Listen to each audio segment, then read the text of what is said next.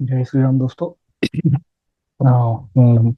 जैसा कि पिछले वीडियो में हमने पढ़ा था कि इनपुट आउटपुट इंस्ट्रक्शन कौन सी होती हैं, तो उसमें हमने जाना था कि स्कैनएफ और प्रिंट एफ दोनों हमारे इनपुट आउटपुट इंस्ट्रक्शंस होते हैं।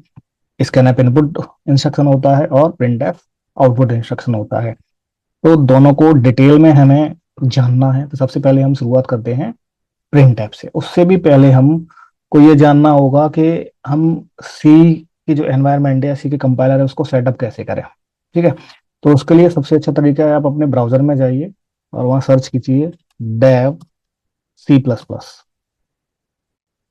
ये एक आईडी है जहां हम सी और सी प्लस प्लस की प्रोग्रामिंग कर सकते हैं। ठीक है, तो इसे डाउनलोड कर लीजिए और इंस्टॉल कर लीजिए। ठीक, मेरे पास ऑलरेडी इंस्टॉल्ड है तो मैं दोबारा इसको इंस्टॉल नहीं करूंगा।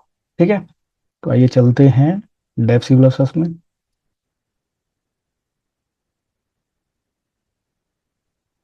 ठीक, यहाँ गए हम फाइल में, new file, source file.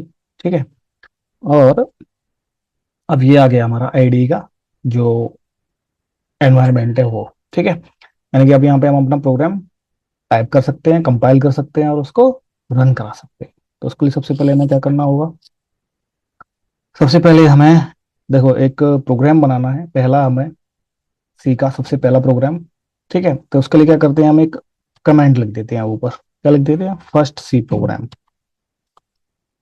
First C program. ठीक है, और देखो यहाँ पे मैंने ये डबल स्लैश लगाया हुआ है, ये है सिंगल लाइन कमेंट के लिए, और एक होता है मल्टी लाइन कमेंट के लिए, हम ये यूज करते हैं फॉरवर्ड स्लैश डॉट स्टार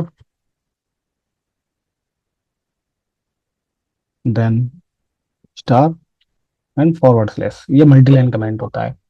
ठीक है, यानी कि ये स्टार्टिंग हो गई कमेंट की, कमेंट करने की, और ये एंडिंग हो गई।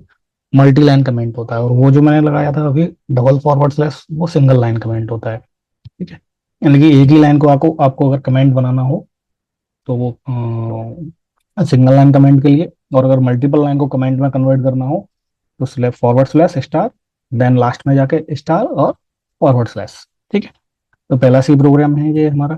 ठीक, सबसे पहले हमें क्या करना होता है, हेडर फाइल इंक्लूड करनी होती है। Include edio.h। ठीक है, क्या होता है इसमें ये क्या है, ये हमारी हेडर फाइल। ठीक है, इसके बाद हमारा मेन फंक्शन एंड मेन। तो जैसे मैंने आपको इंस्ट्रक्शन के टाइम पे एक एग्जांपल दिया हुआ था स्लाइड्स में, मेन जो फंक्शन होता है वो हमारा वो फंक्शन होता है जहां से हमारा प्रोग्राम शुरू होता है। और इंट मेन इसलिए लिखते हैं क्योंकि मेन जो है ऑपरेटिंग सिस्टम को प्रोग्राम सक्सेसफुली रन होने पर एक इंटीजर वैल्यू रिटर्न करता है, इसीलिए हम यहाँ पे इंट लगाते हैं। ठीक है, अब यहाँ क्या करना है, हमें एक मैसेज प्रिंट कराना है, सिंपल। ठीक है, प्रिंट एफ हेलो वर्ल्ड। ठीक, ये प्रिंट एफ कराया, और चूंकि एक वैल्यू रिटर्न करनी होती है तो रिटर्न 0। ठीक है, ये हमारा आउटपुट फंक्शन है।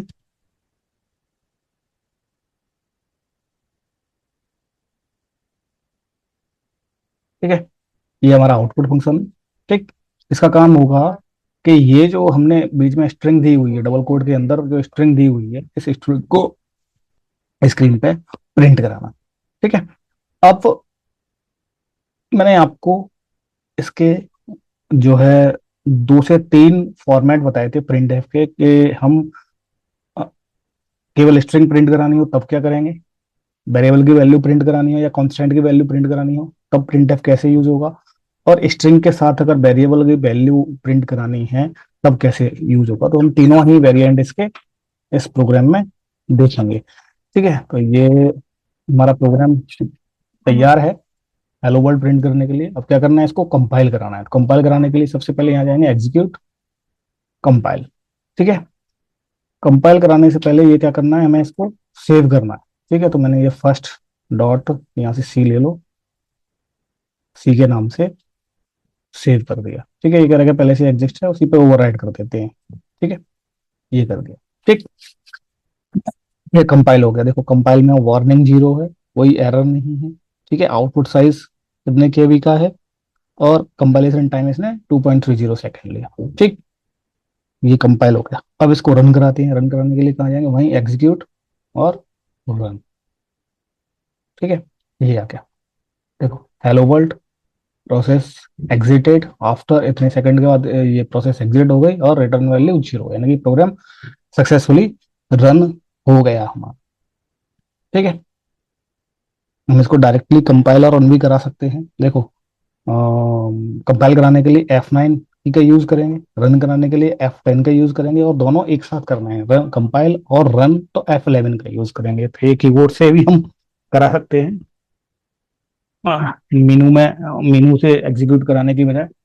ठीक है, अब देखो, ये हो गया हमारा केवल एक स्ट्रिंग प्रिंट कराने के लिए। अब मुझे क्या करना है कि वेरिएबल की वैल्यू है, ये कहेंगे कांस्टेंट की वैल्यू मुझे यहाँ पे प्रिंट करनी है। सबसे पहले हम क्या करेंगे, उस कांस्टेंट को डिक्लेयर करेंगे। ठीक है, मैंने ले लिया इंट एक्स। ठीक, और ये सेमीकोलन। तो ये तो हो गया हमारा, यहाँ पे क्या किया मैंने, variable declaration.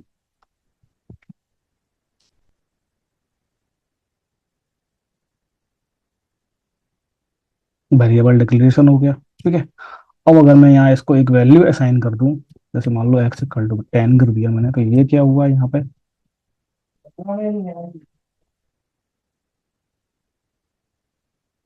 Assigned a value to X. X को मैंने एक वैल्यू असाइन कर दी। अब इस वैल्यू को हमें प्रिंट कराना है। ठीक है,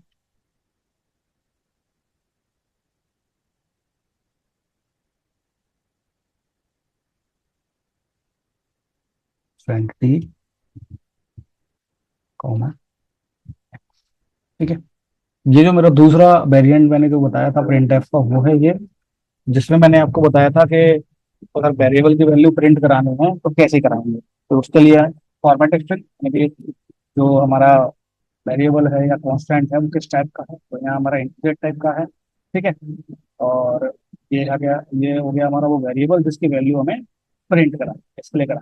ठीक है, इसको रन करा लेते हैं, कंपाइल कराते हैं। कंपाइल कराया F9 से। ठीक, इसको रन करा रहे हैं। ये वैल्यू इसकी आ गई 10।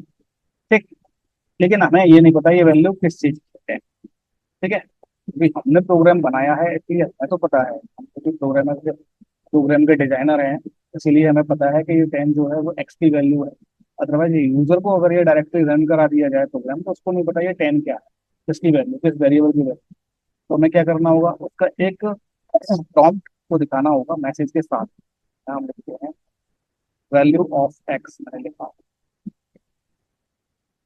Value of X equal to, ठीक है, परसेंट टी। यानी कि अब ये क्या दिखाएगा हमें, ये मैसेज लिखा हुआ आएगा हमारे वेरिएबल के वैल्यू के साथ। एक्चुअली वैल्यू इस परसेंट टी की जगह पे प्रिंट होगी, बाकी जो हमारा मैसेज है एज इट इज प्रिंट होगा इक्वल टू साइन का। ठीक है, देखो,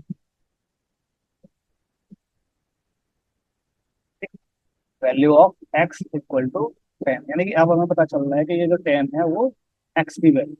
ठीक है, यानी कि हमने यहाँ पर तीनों ही वेरिएंट्स इसके देख लिए। सबसे पहला स्ट्रिंग कैसे प्रिंट कराते हैं, दूसरा केवल अगर कांस्टेंट की वैल्यू प्रिंट करानी हो या वेरिएबल की वैल्यू प्रिंट करानी हो तो कैसे करेंगे।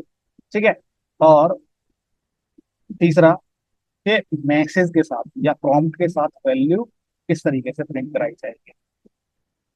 ठीक है, वो भी देख लीजिए आप। अब देखो, ये जो मैंने यहाँ पे असाइनमेंट को थोड़ा समझ लेते हैं कि यहाँ मैंने अलग से असाइन किया हुआ है एक्स की वैल्यू। आप चाहें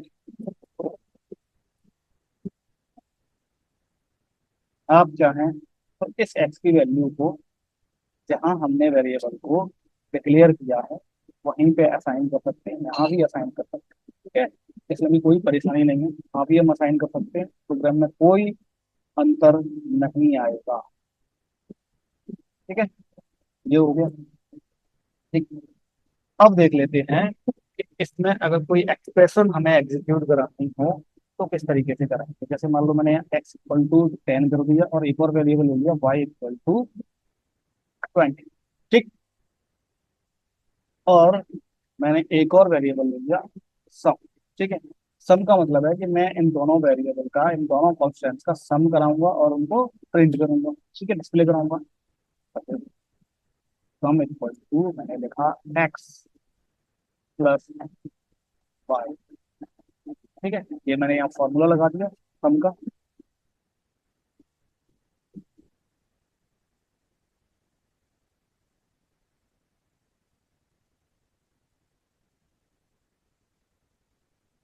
ठीक है, यहाँ फॉर्मूला लगा दिया। अब यहाँ थोड़ा मैसेज को चेंज कर देते हैं। अगर देते हैं हम from equal two percent D, और यहाँ एक्स की जगह आ जाएगा आपका सम, क्योंकि सम जो है सम वेरिएबल में स्टोर हो रहा है, तो इसलिए यहाँ पे हमने सम दे दिया। ठीक है, कंपाइल कराया, रन कराया। ठीक, सम इक्वल टू 30 आ गया हमारा। ठीक है, कोई एरर नहीं है। ठीक। अब देख लेते हैं हम इसमें नेक्स्ट वैल्यू, जैसे एक इंटीजर और एक फ्लोटिंग पॉइंट है। ठीक है, तो जरा उसको देख लेते हैं। ठीक। अच्छा, उससे पहले एक तरीका और देख लेते हैं कि सम को डायरेक्टली कैसे प्रिंट करा सकते हैं विदाउट यूजिंग सम वेरिएबल। ठीक है, मैं यहाँ पे कहती है सम का यूज नहीं कर रहा, मैं यहाँ सीधा लिख देता हूँ एक्स प्लस वाई। ठीक है, और F9 then F10।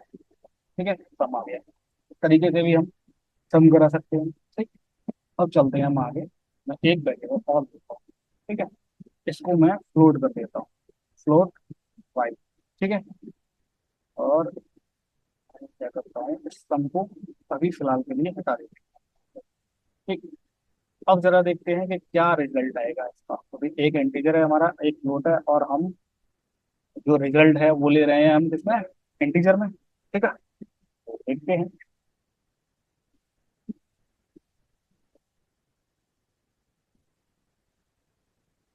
Some equal to zero, ऐसा क्यों होगा भाई? सम इक्वल टू जीरो क्यों आया? रीजन क्या है इसका? तो रीजन समझो। रीजन ये है कि जो हमारा फ्लोट वेरिएंट जो होता है, यानी कि फ्लोट डेटा टाइप होता है, जो होता है उसकी जो रेंज होती है वो इंटीजर से ज्यादा होती है, यानी कि वो इंटीजर से बड़ा वेरिएबल है। ये मान लो सीधी सीधी अपनी सिंपल भाषा में, सिंपल लैंग्वेज में, तो फ्लोट जो है वो इंट से बड़ा है। और जब भी हम इस तरह की कोई कैलकुलेशन करते हैं जहाँ पर फ्लोट और इंटीजर दोनों शामिल हों, तो हमें रिजल्ट भी फ्लोट में ही लेना होता है। क्यों? ये हमारा जो फ्लोटिंग पॉइंट वेरिएबल है वो बड़ा है, या ये कहें कि कंपाइलर फोर्स करता है इंटीजर को भी फ्लोट में कन्वर्ट कर। ठीक है, लेकिन यहाँ क्या हो रहा है, यहाँ फोर्स कर रहे हैं फ्लोट को इंटीजर में कन्वर्ट कर, जो कि पॉसिबल नहीं है, क्योंकि छोटे वेरिएबल से, कम रेंज वाले वेरिएबल से बड़े वेरिएबल वाली रेंज में अगर हमें कन्वर्ट करना होता है तो वो ऑटोमेटिक हो जाता है। लेकिन अगर बड़े रेंज के वेरिएबल को, वैल्यू को अगर छोटे वेरिएबल की वैल्यू में हमें कन्वर्ट करना है, जैसे फ्लोट को इंटीजर में कन्वर्ट करना है, तो वो इम्प्लिसिट यानी कि ऑटोमेटिक नहीं होगा, उसे हमें मैनुअली करना होगा। समझ गए? अभी करके दिखाते हैं। देखो, पहले तो यहाँ पे हम क्या करते हैं, डी की जगह एफ कर देते हैं, और फिर देखते हैं रिजल्ट क्या है। आ गया 3.30.000 6 प्लेसेस तक, 0 0 आ गए। ठीक। ठीक। अब जो हमारा तीसरा वेरिएबल था सम, उसको मैं इंटीजर में ले लेता हूँ, सम। और यहाँ मैं लगा देता हूँ formula, sum equal to X plus Y. ठीक। यहाँ कराया मैंने सम। ठीक, कोई वार्निंग नहीं, कोई एरर नहीं, रन हो गया। ठीक है, आउटपुट देख लेते हैं। आउटपुट आ गया सब। अब ये कैसे आ रहा है?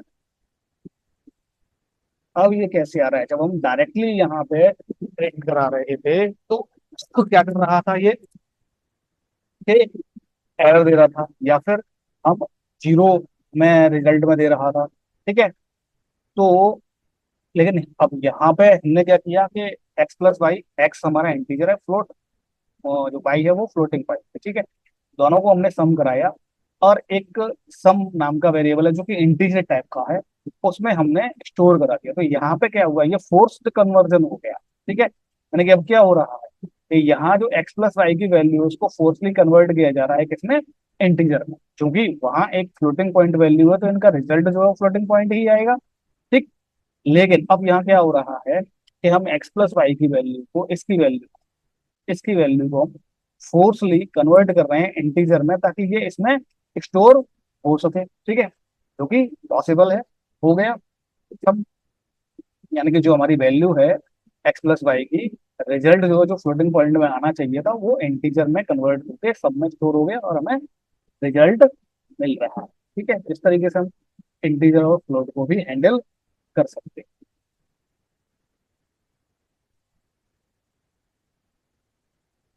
ठीक है, कोई डाउट यहाँ तक? यहाँ तक कोई नहीं होगा, अगर कोई डाउट हो तो आप कमेंट छोड़ सकते हैं। ठीक है, अब आगे चलते हैं। जैसा कि मैंने अभी बताया कि हमें जो है अगर कभी इंटीजर से फ्लोट में या फ्लोट से इंटीजर में कन्वर्ट करना हो तो हमें क्या करना होता है, उसको फोर्सली, या ये कहें कि टाइप कास्टिंग करना,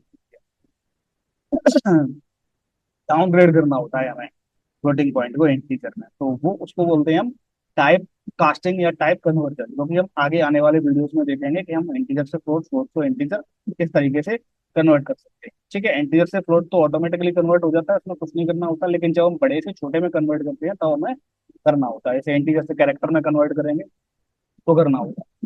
ठीक है, कैरेक्टर, हाँ, फ्लोट से कैरेक्टर में या फ्लोट से इंटीजर में करना होगा तो हमें करना पड़ेगा टाइप कास्टिंग। ठीक है, तो ये तो हुआ हमारा हम दो दो दो टाइप के, दो अलग अलग टाइप के वैल्यूज को किस तरीके से हैंडल कर सकते हैं।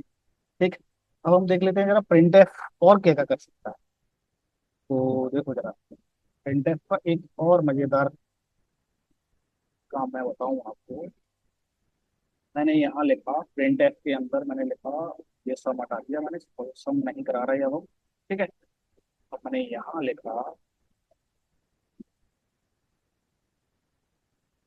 एक और प्रिंट एफ, इसके अंदर लिख दिया प्रिंट एफ हेलो। ठीक है, ये लिख दिया मैंने। अब क्या आउटपुट आना चाहिए आपके हिसाब से, ये प्रोग्राम रन होना चाहिए या एरर आना चाहिए? ठीक है, मेरे अनुसार तो ये जो है रन हो जाना चाहिए। क्यों? क्योंकि प्रोग्राम परफेक्ट है, उसमें कोई गलती नहीं है। ठीक है, तो जरा देखते हैं कि रन रन होगा या नहीं। और फाइल कराया और ये रन करा दिया। अभी देखो इसके आगे क्या क्या आ रहा है, हेलो फाइल।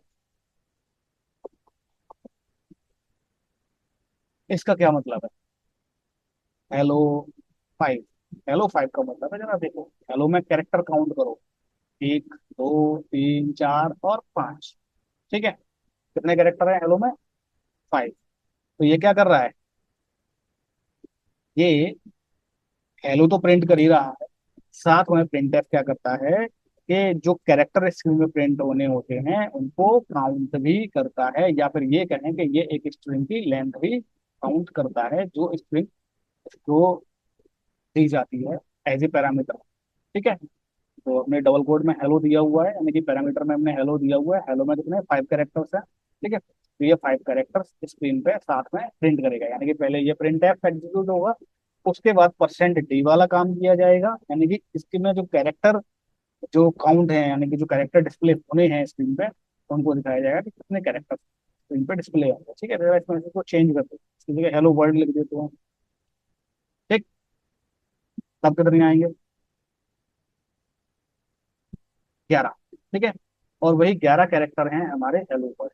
ठीक है, पांच हेलो में और पांच वर्ल्ड में और एक ये ब्लैंक स्पेस, यानी कि हमारे 11 कैरेक्टर हमारे पास टोटल हो गए। तो प्रिंट एफ ये भी काम करता है, कभी कभी कॉम्पिटेटिव एग्जाम में इस तरह के जो क्वेश्चन से आ जाते हैं कि एक प्रिंट एफ के अंदर दूसरा प्रिंट एफ दे दिया। ठीक है, तो क्या आउटपुट आएगा। ठीक, अब जरा देखो, मैं एक काम और करता हूँ, मैंने लिया एक वेरिएबल इंट एन। ठीक है, और एन इक्वल टू मैंने किया इस प्रिंट एफ को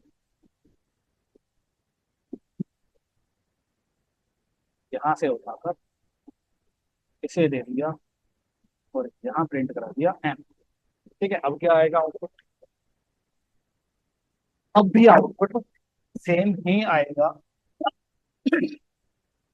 अब भी आउटपुट क्या होगा, सेम आएगा। क्यों? क्योंकि पहला प्रिंट एफ ये एग्जीक्यूट होगा जो कि हेलो वर्ल्ड प्रिंट करेगा, और दूसरा प्रिंट एफ ये होगा जो कि एन की वैल्यू, एन के पास क्या होगा, जो प्रिंट एफ ने स्क्रीन पे कैरेक्टर प्रिंट कराए हैं, यानी कि नंबर ऑफ कैरेक्टर जो स्क्रीन पर प्रिंट कराए गए हैं, वो होंगे किसके पास, एन के पास। तो एन की वैल्यू को प्रिंट कर दिया जाएगा। तो क्या देख लेते हैं क्या कह रहा है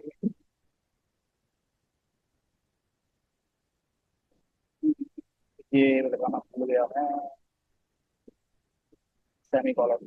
ठीक है, देखो बिना सेमीकोलन के मैंने सेमीकोलन छोड़ दिया था तो एक एरर आ गया, क्योंकि यहाँ साफ साफ दिखाई दे रहा है expected semicolon before print F. ठीक है, यानी कि जो प्रिंट एफ ये जो है, ये वाला प्रिंट एफ, इस प्रिंट एफ से पहले, इस प्रिंट एफ से पहले एक सेमीकोलन आएगा। ठीक है, ये बता रहा है कि भाई इस प्रिंट एफ से पहले आपको एक सेमीकोलन लगाना है, आप लगाना भूल गए हैं। ठीक है, तो अब रन करा लेते हैं इसको। ठीक है, हेलो वर्ल्ड 11 वही आया। ठीक, अब अगर मैं यहाँ पर प्रिंट इस एम परसेंट इस डी की जगह पर मैं क्या करूँ, मैं कोई फॉर्मेट स्ट्रिंग चेंज कर देता हूँ। मान लो मैंने इसकी जगह लगा दिया एस। अब देखते हैं अब क्या होगा।